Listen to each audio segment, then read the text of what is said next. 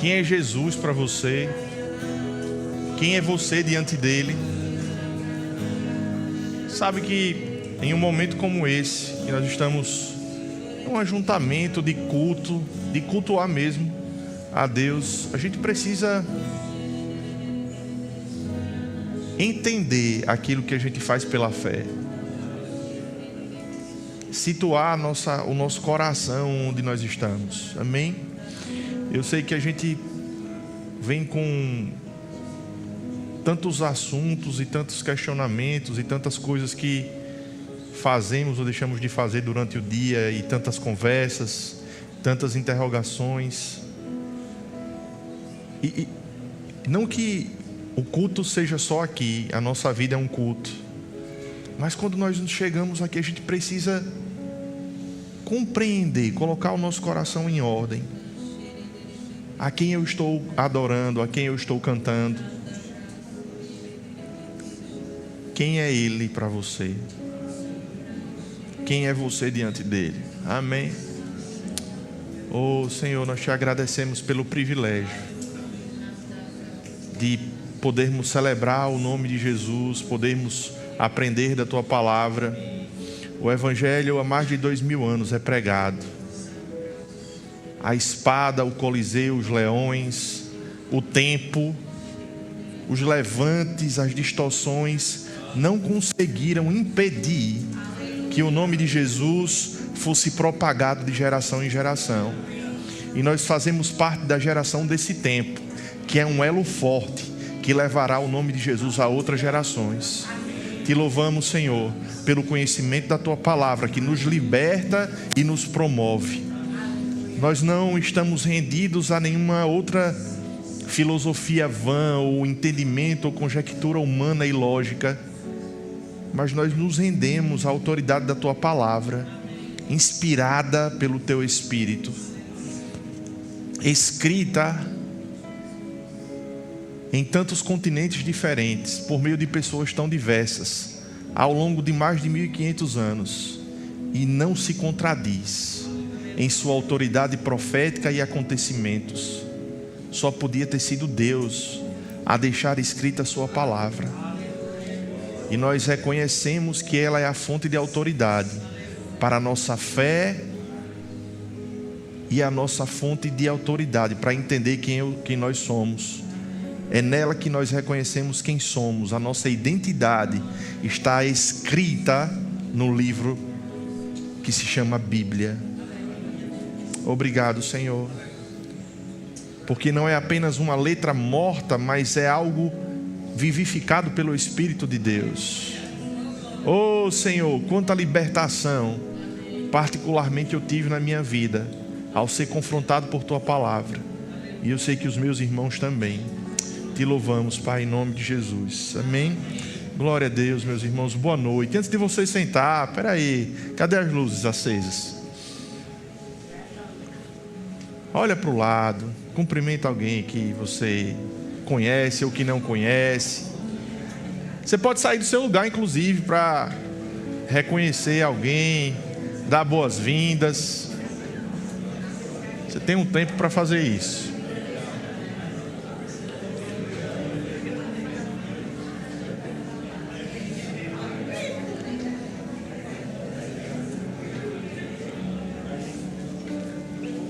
Obrigado. Oh, aleluia. Deus é bom. Mas de fato, irmãos,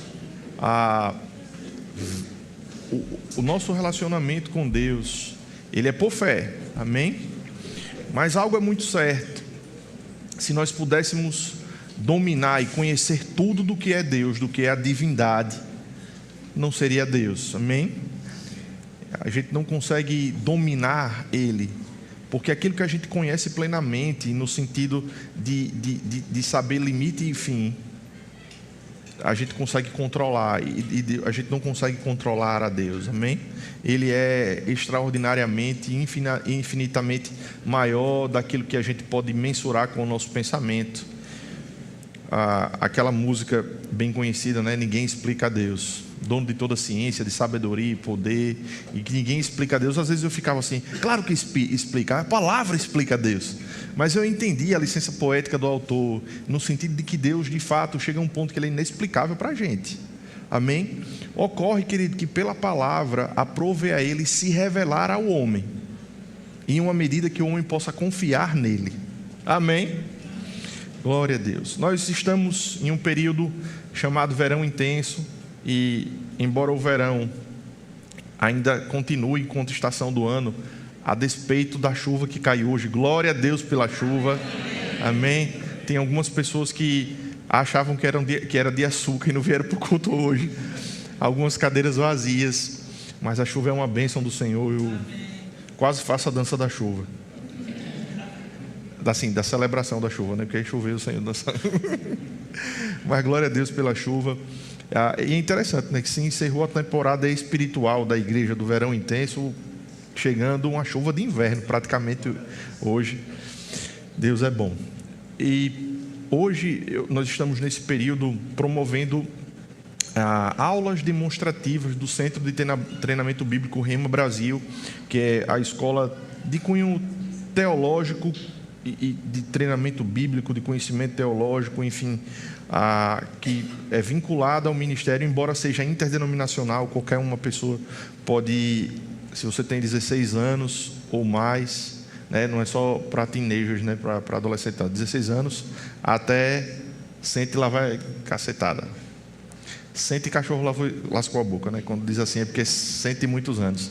Não tem idade, você pode participar da escola, é uma bênção. Nós estudamos na escola, tem muitas pessoas aqui formadas no Rema.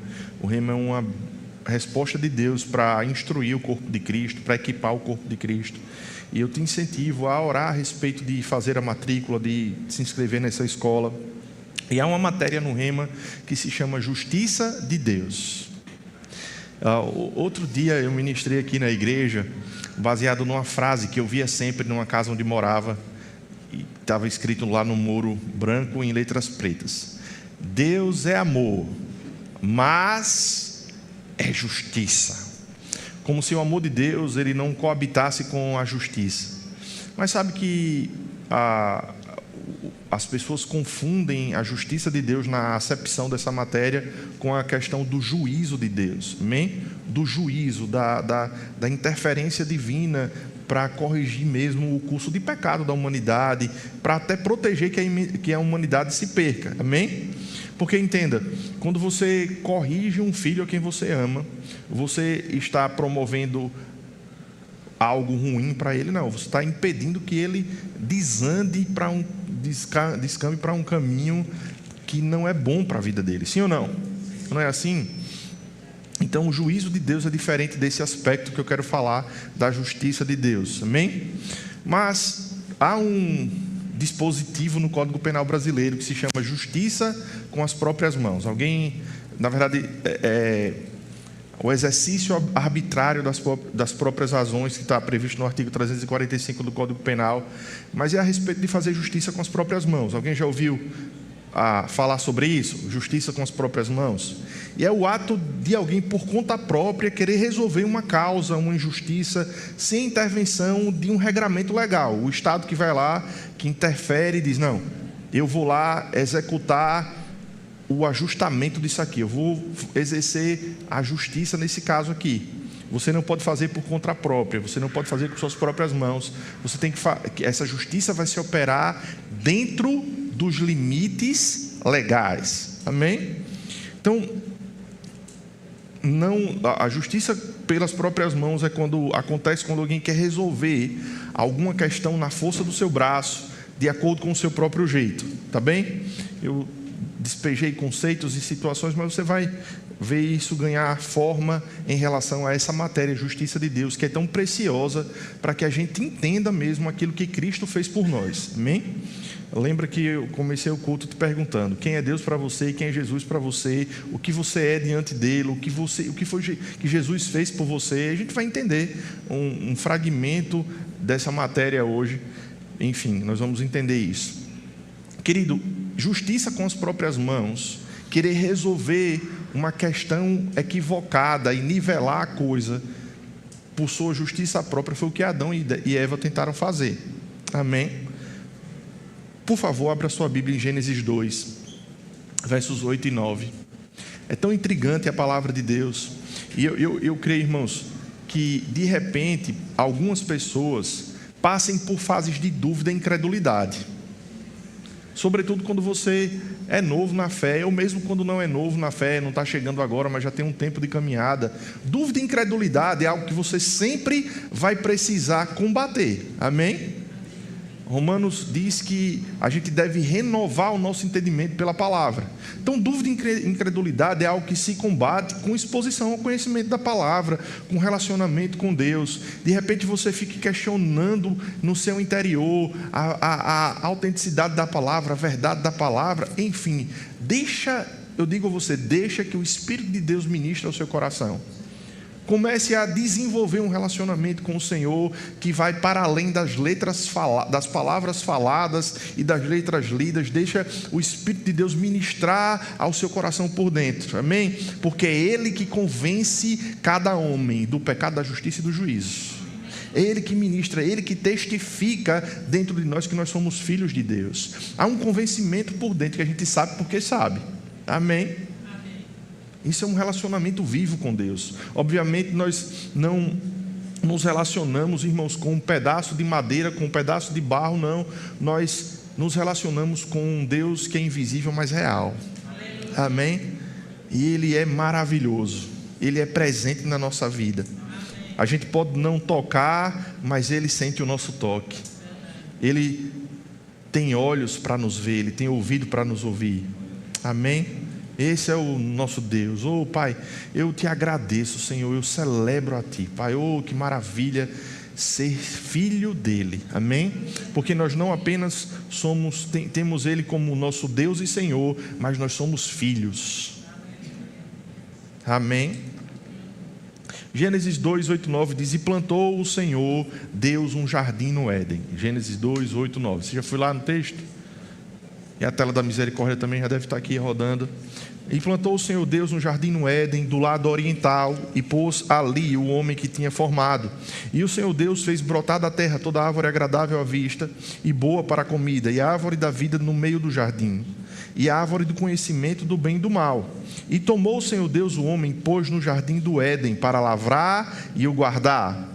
E ordenou o Senhor Deus ao homem, dizendo: de toda a árvore do jardim comerás livremente, mas da árvore do conhecimento do bem e do mal, dela não comerás, porque no dia em que dela comeres, certamente morrerás. Amém? Então o diabo tentou o homem, fez com que o homem desobedecesse o mandamento divino. O homem foi colocado no jardim do Éden, irmãos, para governar. Era a ideia de Deus era o homem exercer governo e domínio sobre a terra, um ambiente de segurança, um ambiente onde o homem podia prosperar, dominar sobre tudo. E esse mandato divino ainda vigora hoje, tanto é que o homem faz coisas extraordinárias, porque Deus nos comissionou para ser a coroa da criação. A fera mais feroz, a cobra mais peçonhenta, o leão maior, o tubarão maior, o homem vai lá e com pequenos ajustes ele domina tudo isso, sim ou não? Porque Deus fez o homem para ser a coroa da criação. O meu DNA, o seu DNA é para prosperar, para dominar, para crescer, para avançar. Isso tem que ser comum à nossa vida, amém? Obviamente que tem frustrações, tem altos e baixos, a vida não é linear. Você já descobriu isso? Que tem dias maus? Mas voltando para esse tema aqui, o diabo tentou e fez com que o homem desobedecesse o mandamento divino. E você pode questionar assim: poxa, mas Deus não sabe tudo? Deus sabe tudo, Ele é onisciente, Ele sabe de tudo, Ele é onipresente, Ele está em todo lugar, Ele é onipotente, Ele pode todas as coisas. Então, por que diante da onisciência de Deus, Ele sabia de tudo, da presciência divina, de tudo que Deus representa, alfa e ômega, princípio e fim, por que Deus não foi lá e disse: Adão, stop! Não coma! Estaria tudo resolvido, não é isso? Mas sabe, querido, não foi culpa de Deus. Não foi Deus que negligenciou e foi sádico, sabendo que o homem ia pisar em falso. Ele ficou olhando assim: estou só vendo ali, vai se arrebentar. Não foi isso que aconteceu. Não é culpa de Deus o homem ter desobedecido. Não é verdade isso. Deus, ele tem sim um propósito para cada um de nós. Ele tem propósito, ele tem direcionamentos, destino, para que a gente ande segundo o propósito que o Senhor criou, que estabeleceu para a gente. Eu costumo trazer alguns exemplos com o que eu tenho na mão. Mas está vendo aqui esse cardzinho? Ele foi feito com um propósito. Nós identificamos que havia um problema. As câmeras não conseguiam atingir o QR Code da TV para dízimos e ofertas, e também elas não conseguiam acessar um ambiente onde estaria todos os formulários de inscrição de evento. A gente criou isso aqui, está no bolsão à frente da sua cadeira, não leve para casa, você utiliza e coloca do lado de volta. Mas isso aqui foi criado com um propósito, sim ou não? Antes dele ser criado já havia um propósito, algo tão simples assim como uma caneta. Ela foi criada para escrever, para arranhar uma superfície e registrar algo. Imagine você e eu, pessoas tão complexas. Nós somos criados com um propósito, sim. Deus foi intencional ao te criar. Há algo nesse mundo para o qual você é uma resposta vinda de Deus, amém? Então há um propósito. Mas esse propósito e esse destino que o Senhor tem, que Deus tem para o homem, é como aquelas frases para você preencher uma lacuna. Eu já dei esse exemplo aqui antes, né? O pastor Flávio vai lembrar bem. Então é como aquelas frases que você tem que preencher a lacuna. E nesse caso, o que muda o sentido da frase é aquela palavra que você bota na lacuna. Amém? Por exemplo, poderia ter uma frase: o gato, tracinho, no quintal. Amém? Então você poderia escrever: o gato reina no quintal, o gato domina no quintal, o gato planta no quintal, o gato namora no quintal. O sentido da frase vai ser conforme aquilo que se escrever.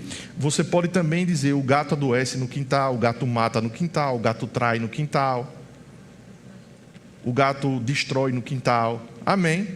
O que vai mudar o sentido da frase é aquilo que você preenche a lacuna. Assim é a vida do homem. Amém? Deus criou ele para dominar. Deus criou ele para um propósito específico. E ele estava no jardim. E ele escolheu preencher a lacuna da vida dele com a frase: o homem trai Deus e dá sua autoridade ao diabo. Amém? Porque, irmãos, Deus não nos criou como marionetes, como robôs, mas Ele nos deu livre-arbítrio. Ele nos deu capacidade de escolha. Você tem capacidade de escolha, inclusive você escolheu estar aqui hoje. Olha que bênção. Oh, irmão, aprove a Deus, há um favor divino, há uma graça dele. Eu não estou isolando a soberania de Deus ao dizer que você tem escolhas.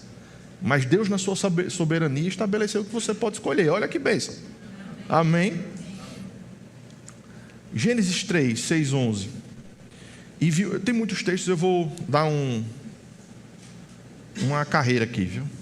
E viu a mulher que aquela árvore era boa para se comer, e agradável aos olhos, e árvore desejável para dar entendimento. Tomou do seu fruto e comeu, e deu também a seu marido, e ele comeu com ela. Então foram abertos os olhos de ambos, e conheceram que estavam nus, e coseram folhas de figueira, e fizeram para si aventais. Veja aí, a Bíblia diz que na viração do dia, Deus ia ter com o homem. Deus se relacionava com o homem. Adão e Eva batiam um papo com o seu Criador. Deus ali estava instruindo, Adão tinha autoridade, começou a dar nome aos bichos. Aquilo ali parece um elefante, você vai chamar elefante. E ele estava ali. A viração do dia, Deus ia lá ter com ele. Ele tinha relacionamento com o homem. Mas nesse momento específico, depois que eles desobedeceram um limite que Deus havia dado, a Bíblia diz que eles foram abertos os olhos de ambos e conheceram que estavam nus, e coseram folhas de figueira e fizeram para si aventais. Eles pegaram uma folha, a figueira devia ser grandona, costuraram e fizeram aquela sainha que você vê nos livros, né? Adão e Eva com um matinho aqui na frente e tal. Você vê isso nas alegorias artísticas por aí. Não estou dizendo que foi assim, mas estou querendo puxar para a sua mente.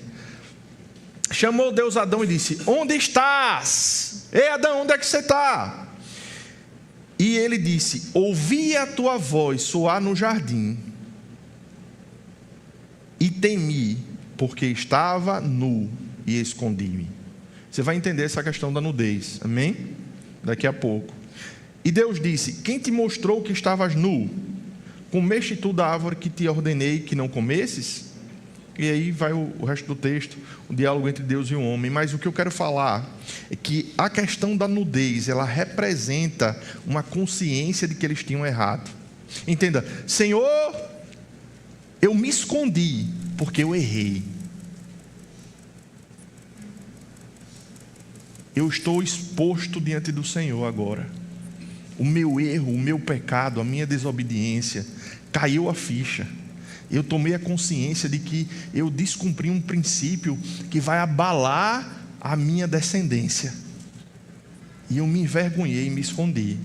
A nudez revela a consciência de pecado, revela a indignidade do homem agora de estar diante de Deus. Senhor, eu não consigo mais estar na tua presença, não, porque eu caí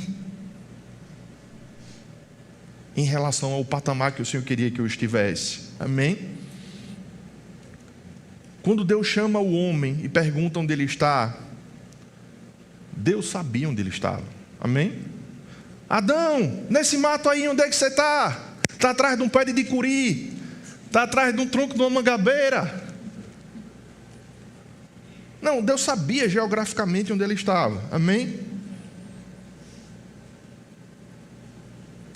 Deus estava chamando o homem para uma consciência. Adão, qual o seu posicionamento diante de mim de ter comunhão comigo? Ei, Adão, você saiu da posição de ter comunhão comigo. Você saiu da posição de ter intimidade. Você fraturou o nosso relacionamento. Amém? E o homem, irmãos, ele tentou fazer justiça com as próprias mãos. Ele tentou consertar aquilo. Ele disse: então, peraí, Senhor, estou costurando aqui umas folhas de figueira para eu me cobrir aqui e tal, e eu vou ficar diante de você depois. Ele costurou folhas de figueira. Ele tentou fazer as coisas com a justiça própria para se colocar ali diante de Deus, mas vendo que aquilo não era suficiente. E esse é mesmo um exemplo parecido com a hipótese do artigo 345, né, de exercício arbitrário das próprias razões. O homem errou e quis consertar o seu estado de justo e de apto diante de Deus por suas próprias forças e estratégias. Amém? Mas isso não funcionou e não foi suficiente para se colocar novamente diante de Deus. Mas Deus, querido, Ele sempre quis ter comunhão conosco. Sempre. Veja, quando uma condenação vem sobre nós, a ponto da gente estar esmorecido: não quero orar não, acho que Deus está já... Eu ia falar de saco cheio, mas Deus... Enfim, Deus já está saturado de ouvir a minha voz, eu já estou com vergonha. Ei, Deus quer relacionamento com você. Ei, aquele que não quer que você se relacione com Ele é o diabo. Amém? E para o seu conhecimento, existe Deus e o diabo. Amém? Creia que o diabo também existe, a despeito de você não crer nele, na integridade dele, naquilo que ele tem para lhe oferecer. É uma furada, mas ele existe. Amém? Então Deus começou a traçar um caminho de justiça divina para justificar o homem, para colocar o homem de novo em uma posição onde ele poderia ter relacionamento com Deus, em que o homem novamente pudesse ter comunhão e relacionamento com Deus. Amém? E ele começou a traçar esse caminho para justificar o homem de modo lícito, seguindo princípios que ele mesmo estabeleceu. Gênesis 3:21 vai dizer: e fez o Senhor Deus a Adão e a sua mulher túnicas de pele e os vestiu. Amém? Deus começou a apontar aquilo que ele queria fazer com o homem. A justiça própria não serviu. Deus então sacrifica um animal e cobre um homem com túnicas de pele. Vocês já entenderam que para obter pele tem que matar um bichinho? Amém? Foi necessário o sacrifício de um animal, foi necessário derramamento de sangue. E Hebreus 9:22 vai dizer E quase todas as coisas, segundo a lei, se purificam com o sangue, e sem derramamento de sangue não há remissão de pecados. É tanto que, queridos, o ocultismo sabe o valor do sangue, amém? Por isso que há sacrifícios de animais para acessar o mundo espiritual em um viés de obscuridade. Está aqui, você está em outro mundo ou já viu isso? Já presenciou em alguma encruzilhada da vida e tudo mais. Há um contexto bíblico que aponta para isso. O que tinha a ver então um animal inocente com um homem pecador? Deus já estava tipificando, já estava apontando aquilo que Jesus ia fazer por nós, irmãos, porque aquilo que está estabelecido no Antigo Testamento é uma sombra, uma projeção daquilo que efetivamente ia se cumprir e se cumpriu efetivamente em Jesus, amém? O Antigo Testamento apontava para Cristo, é o triunfo de Cristo, amém? Fazendo o homem com ele triunfar. Então, aquele animal inocente sacrificado cobriu temporariamente a nudez do homem, era uma sombra, uma tipologia de Cristo. Cristo sim, veio a ser o Cordeiro sem mácula, que derramou o seu sangue de forma definitiva. Hoje você não precisa, nem eu, sacrificar nenhum animal para se achegar a Deus, amém? Porque o sangue de Jesus, ele fala até hoje e fala eternamente. Ele já foi derramado. Nós não acessamos a Deus, irmãos, mediante sacrifício de galinha, de bode, de boi, de anta, de nenhum bicho. Amém? Mas se você quiser matar um boizinho para a gente comer uma picanha, glória a Deus por isso. Um porquinho novo, um carneirinho novo, assim, de uns 5 meses que não tem ranço, é de Deus. Amém? Mas isso não vai nos conectar com Deus, porque o sangue de Jesus foi que estabeleceu o nosso acesso a Deus. Isso é pela fé. Amém? Ele foi o Cordeiro sem mácula, para que a gente se achegue a Deus sem nenhuma culpa, nenhuma inferioridade, sem nenhum sentimento de rejeição. Porque a perspectiva de que Deus nos rejeita, nos afasta dele. E essa perspectiva de que Deus te rejeita está na sua cabeça, não está na Bíblia. Porque Ele te aceita pelo sangue de Jesus. Amém? Ele te aceita pelo sangue de Jesus. Adão, então, irmãos, foi uma matriz reprodutora. Ele errou e por causa do erro e do pecado dele, todos erraram e todos pecaram. Amém? Eu conto um exemplo a respeito de um jogador, de alguém que é viciado em aposta, e ele diz: olha, é o seguinte, eu só tenho uma casa, tenho aqui a mulher e o menino dentro dessa casa, é o único imóvel que a gente tem. Eu vou então vender essa casa e apostar tudo na Mega Sena da virada, ou no tigrinho, ou em alguma doidice dessa. E o cara vende a casa e aposta tudo. Ele e a mulher resolvem fazer isso. Os filhos nem tomaram conhecimento. Teve filhos que ainda nem nasceram. Mas quando ele perdeu a casa, quer dizer, ele perdeu a aposta, ele não ganhou. Aquele que ganhou a casa como valor da aposta, ele pegou a chave e diz: a casa agora é minha, quem manda sou eu. E todos os filhos inocentes e todos aqueles filhos que nasceram depois: papai, minha casa, a nossa casa. O pai deu autoridade, era dele. Por causa da autoridade do pai, todas aquelas pessoas que estavam envolvidas naquela herança, naquela herdade, pereceram. Amém? A Bíblia fala sobre isso. Adão sendo uma matriz reprodutora. Romanos 5, versículo 12, depois do versículo 15 a 21. Eu vou ler assim, bem rápido. Romanos 5, versículo 12, depois do 15 ao 21. Diz assim: portanto, assim como por um só homem entrou o pecado no mundo, e pelo pecado a morte, e assim também a morte passou a todos os homens, porque todos pecaram. Está comigo? Todavia, versículo 15: não é assim o dom gratuito como a ofensa, porque se pela ofensa de um só, Adão, morreram muitos, muito mais a graça de Deus e o dom pela graça de um só homem, Jesus Cristo, foram abundantes sobre muitos. Amém? O dom, entretanto, não é como no caso em que somente um pecou, porque o julgamento derivou de uma só ofensa. Amém? O julgamento derivou de uma só ofensa, aquilo que Adão fez, para a condenação. Mas a graça, transcorre de muitas ofensas para a justificação. Amém? Jesus, ele sofreu muitas ofensas. Se pela ofensa de um, versículo 17, se pela ofensa de um e por meio de um só reinou a morte, ele está falando de quem? De Adão.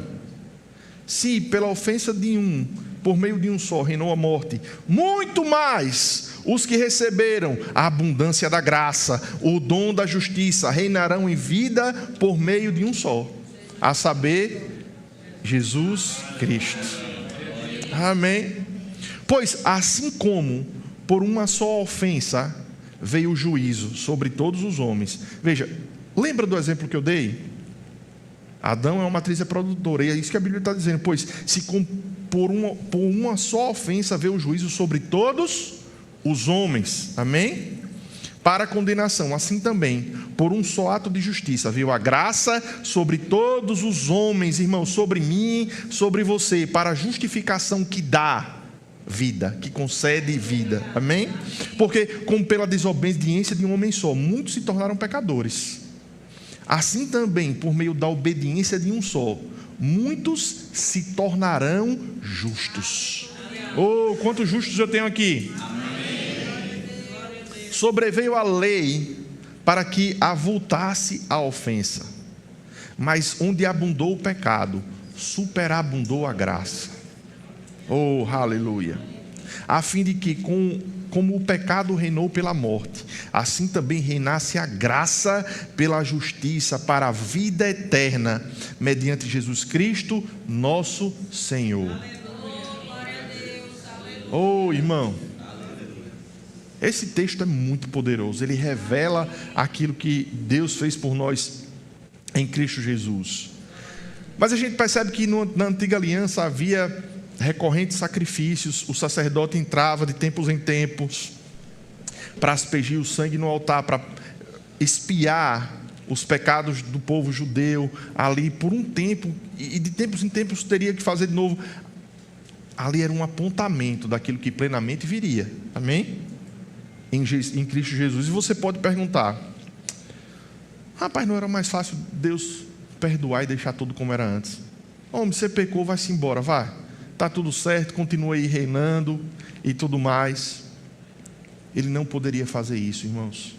Se ele fizesse isso, ele estaria praticando uma injustiça, porque uma autoridade foi dada. É como se o homem, querido, que naquele exemplo da aposta, perdeu a sua casa, aí viesse alguém maior e dissesse: epa, não precisa entregar a casa não, você fez um negócio, você empenhou a sua palavra, mas arbitrariamente eu estou interferindo e dizendo: você não deve mais nada. E não foi assim que Deus fez.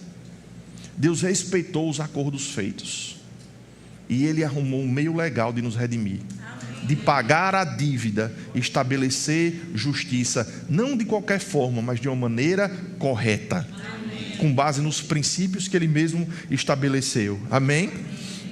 Ele não poderia praticar injustiça, porque ser justo é um atributo do caráter de Deus. Deus é justo, irmão, amém?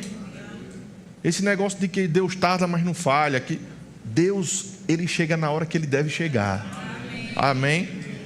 Na verdade, Ele está pronto. Às vezes a gente que limita o agir de Deus, e aí não se torna culpa dele, mas da gente, amém?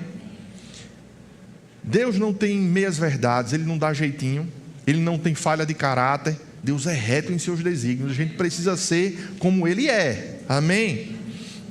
Salmos 45, versos 6 e 7 diz: o teu trono, ó Deus, é para todo sempre, cetro de equidade é o cetro do teu reino. Você ama a justiça e odeia a iniquidade, amém?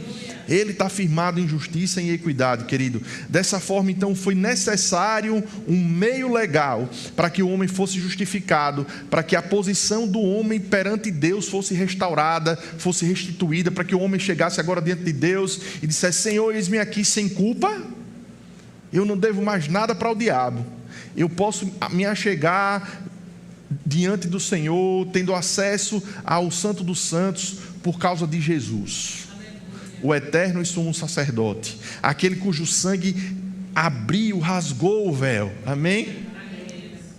Aleluia. Dessa forma, querido, Deus arrumou o meio legal. Ele se identificou com o homem. Deus se identificou com o homem. Você não entendeu ainda? Deus veio ser homem. Ele se identificou com o homem. Para que, sendo igual ao homem, pudesse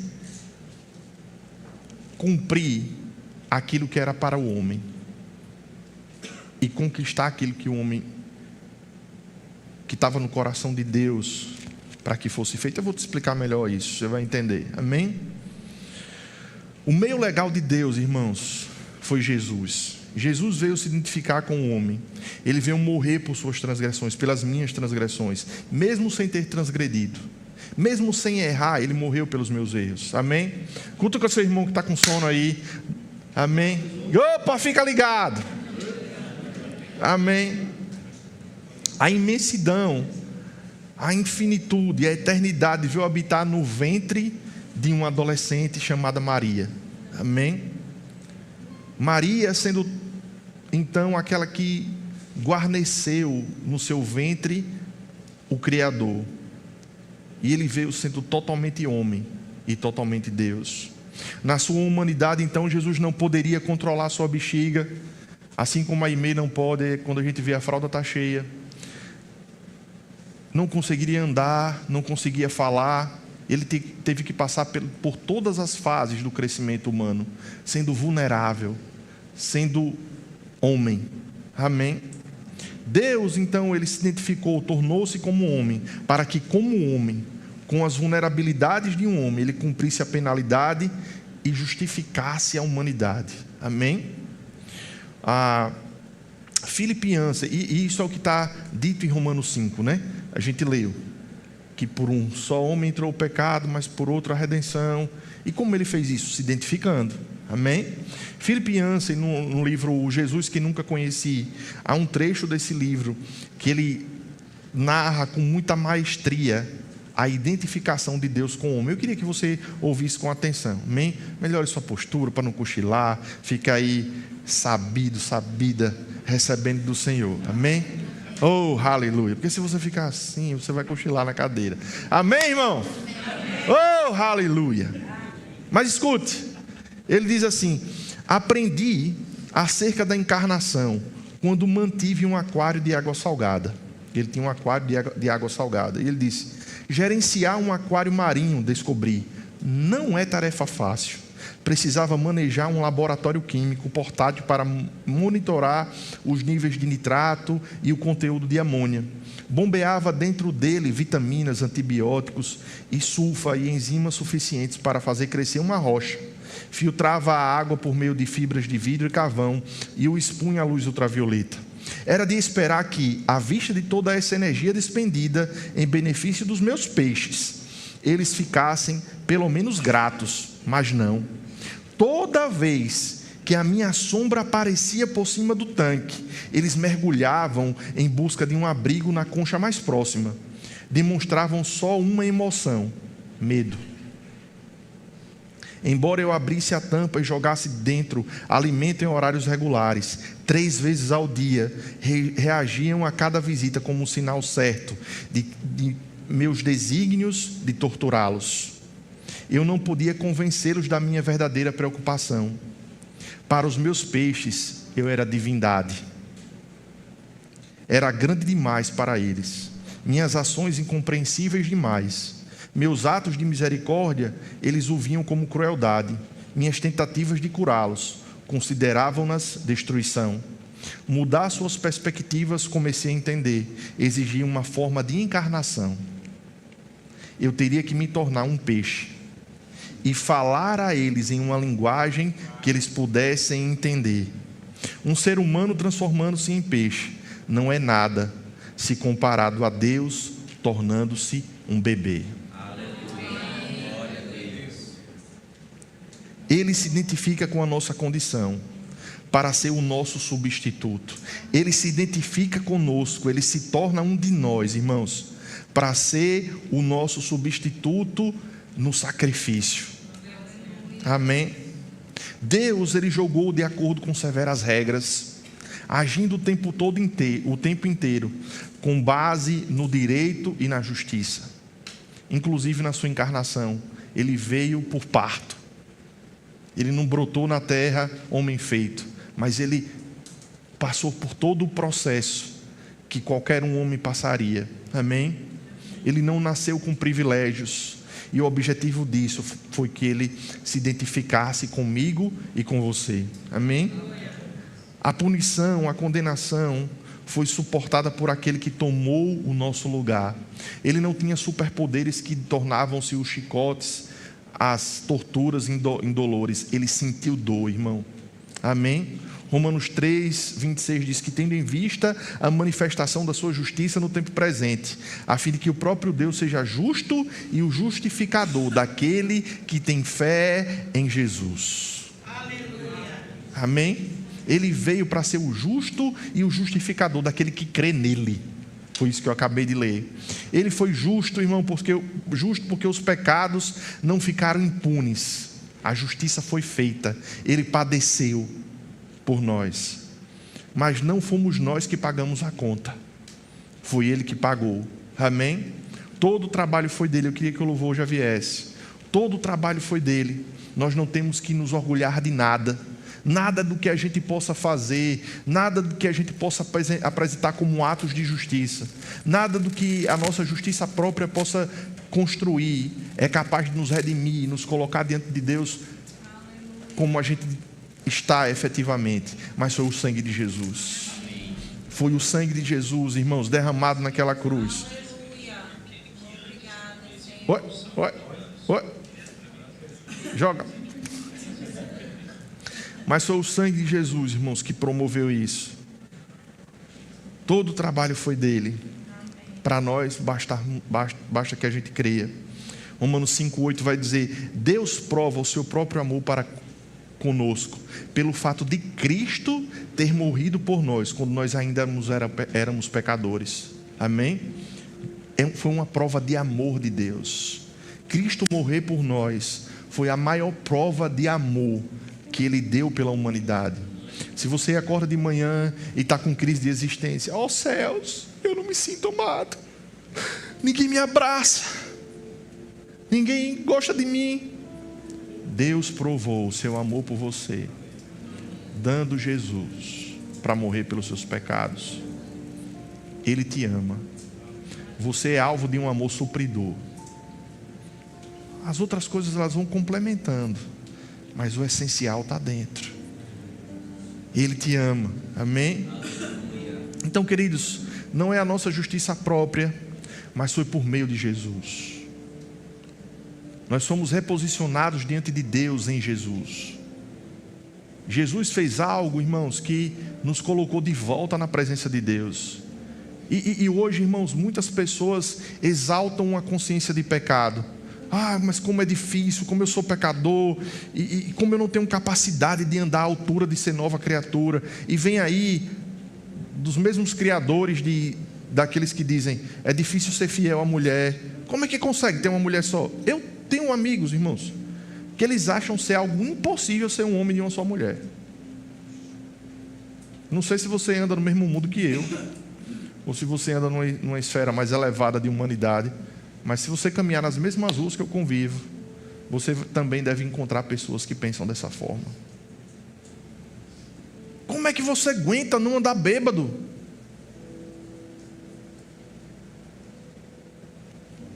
Como é que você consegue andar sem mentir?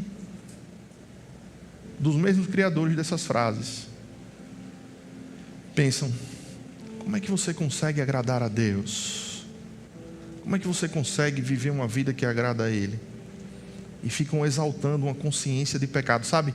Aquela consciência de que você nunca consegue agradar a Deus, de que você é incapaz de andar à altura de ser uma nova criatura, de ser reconciliado com Ele.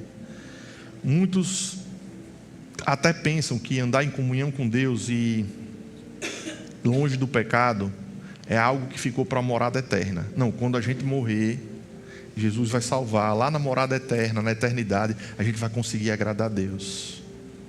Mas sabe que não é assim? Amém? A morte de Jesus já foi suficiente para nos colocar diante do Senhor, com a capacidade mesmo de viver em crescente santificação. Amém? Ah, pastor, mas a minha vida é muito difícil, eu não consigo superar vícios, eu não consigo superar práticas que foram construídas ao longo da minha vida, eu não consigo dominar sobre o meu comportamento de pecado, eu tenho de repente pensamentos de condenação e eu me sinto tão indigno de até vir na igreja. Sabe que eu já passei por fases assim na minha vida? Não sei você, mas eu confesso, lá atrás eu já passei por situações assim. 2 Coríntios 5, 17 e 18. A palavra, irmão, sempre é uma resposta para a gente. Assim, se alguém está em Cristo, nova criatura é. Ei, você não entendeu. Você está muito quieto, mas é uma palavra para você sair pipocando, empoderado, consciente de quem você é em Deus. Ei! Se alguém está em Cristo, nova criatura é. Ah, pastor, e as coisas velhas? Já passaram! E eis que tudo se fez novo. E tudo isso provém de Deus. Ou seja, não é por sua justiça própria, que nos reconciliou consigo mesmo, por Cristo Jesus, e nos deu o ministério da condenação, da reconciliação. Veja, você não entendeu.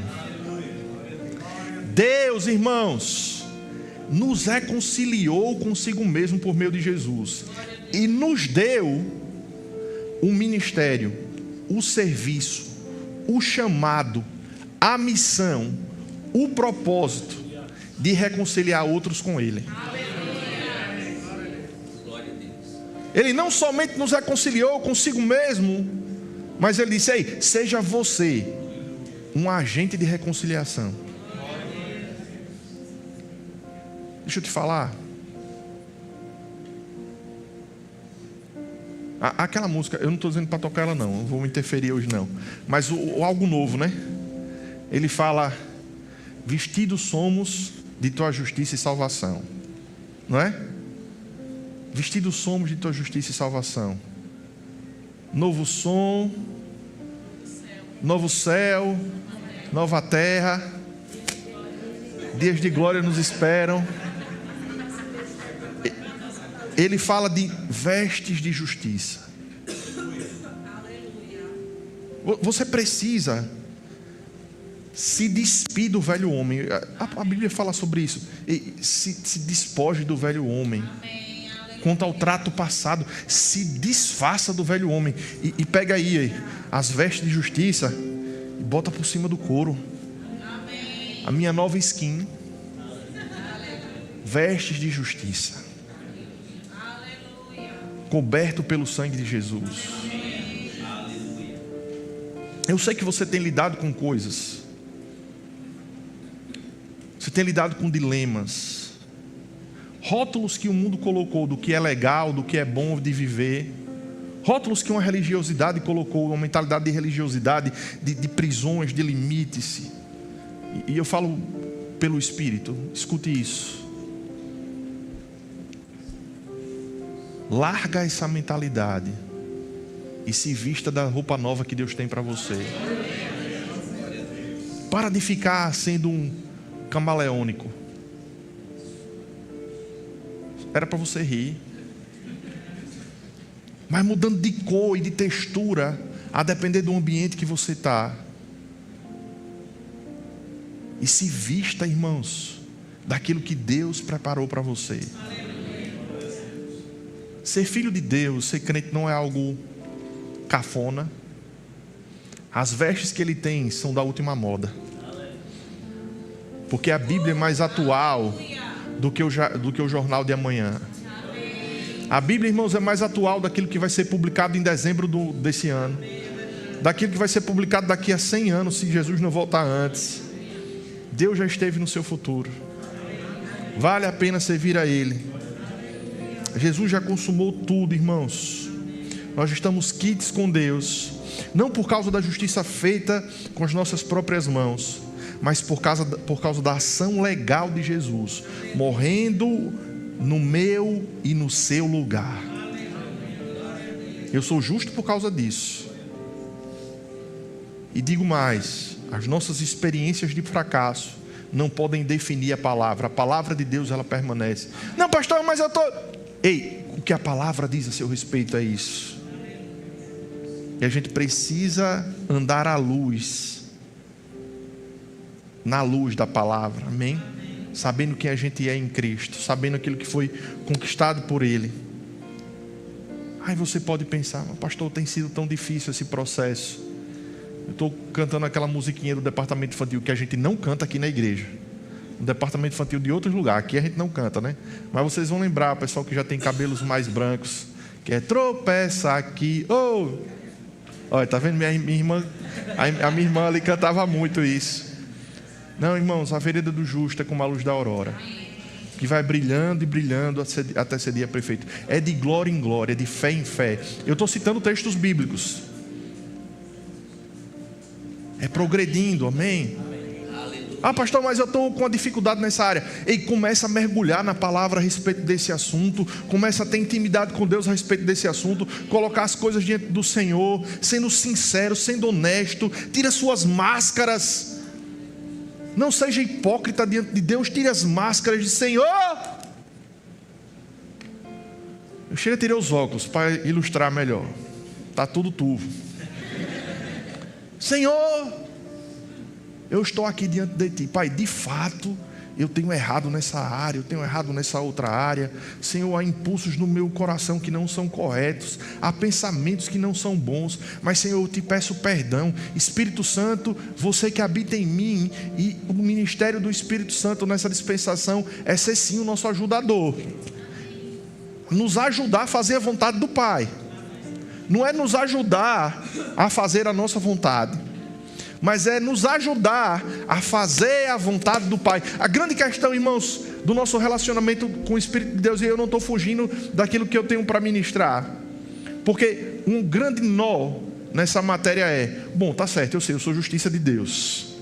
Deus em Jesus me habilitou para estar diante dele. Eu não tenho mais condenação. Eu fui perdoado. Tem a música até de Kleber Lucas, quando ele era crente. Oh, desculpa.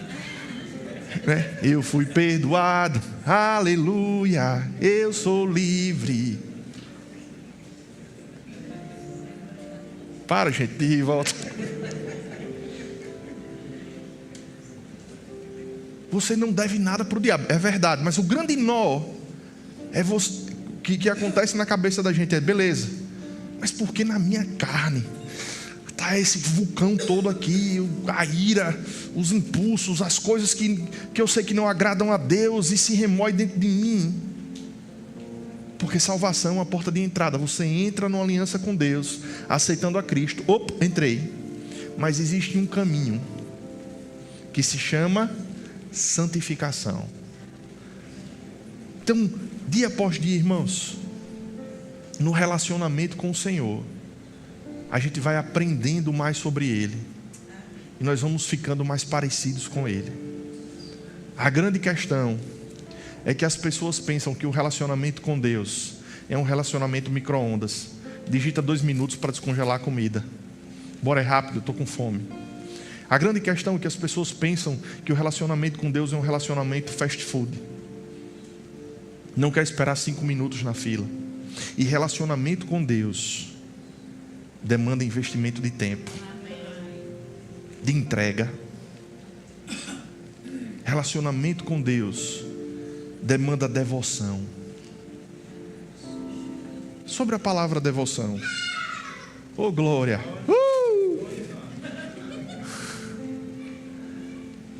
Alguém já ouviu a expressão, e eu não estou aqui querendo fazer nenhuma ranhura em qualquer outra religião, eu só quero citar como exemplo. Alguém já ouviu aqui: fulano é devoto de tal coisa, de tal santo? Alguém já ouviu? E quando você pensa em alguém que é devoto, é aquela pessoa que carrega aquela devoção por onde ela anda. Ela anda com a camisa, ela anda descalço, quilômetros no sol quente. Ela paga promessas, ela é devota, ela acende velas, ela vai para a procissão não sei das quantas, paga, vai pra... Não é assim? Eu não estou criticando, eu estou só trazendo um exemplo. E de repente você é católico, está aqui, fica tranquilo. A gente não está querendo confrontar você. Eu só estou pregando no culto, tá bem? Mas relacionamento com Deus requer devoção. A devoção de todos os dias, você está com o coração derramado. Pai, eu quero te agradar hoje. Eu não vou passar o dia de hoje à parte da tua presença, mas eu quero andar com o Senhor. Eu quero estar envolvido com o Senhor. Eu quero ter a presença do teu Espírito fervilhando dentro de mim. Eu não quero estar insensível à tua vontade. Eu não quero viver segundo o meu próprio entendimento. Eu não quero me governar. Eu quero deixar mesmo eu ser guiado pelo teu Espírito. Amém. Porque isso é para você. Isso é para filho. E dia após dia você vai melhorar. Dia após dia, irmãos, nós vamos melhorar. Nós seremos filhos de Deus ainda mais obedientes. Dia após dia, condenação não vai te estagnar. Você se tropeçou, não vai cair acolá. Você vai levantar e ficar de pé. Amém. A palavra permanece. Se você andar na luz da palavra, sabendo quem você é em Cristo e o que foi conquistado por Ele, você vai começar a desfrutar da vida abundante que Deus tem para você. É uma questão, irmão, de alinhamento, de tomar posse daquilo que já foi conquistado e garantido. É meu! Amém? É uma questão de você assumir a sua real identidade. Você é filho de Deus. Aquele que se achega diante do seu pai e diz: paizinho querido, eu estou aqui. Painho, meu pai. É você e ele. Amém? É uma questão de alinhamento, de dizer: eu sei o que Deus já proveu para mim. É também uma questão de assumir a sua real identidade, quem você é em Deus. É uma questão também, irmãos, de entender que o Espírito Santo tem recursos divinos para te dar e precisamos depender do Espírito. Por fim, querido. Obrigado. Que paia isso aí. É tudo sobre o que Ele fez e nada sobre a nossa justiça própria. Você pode levantar, ficar de pé. Nós vamos louvar ao Senhor, declarar o nosso amor por Ele.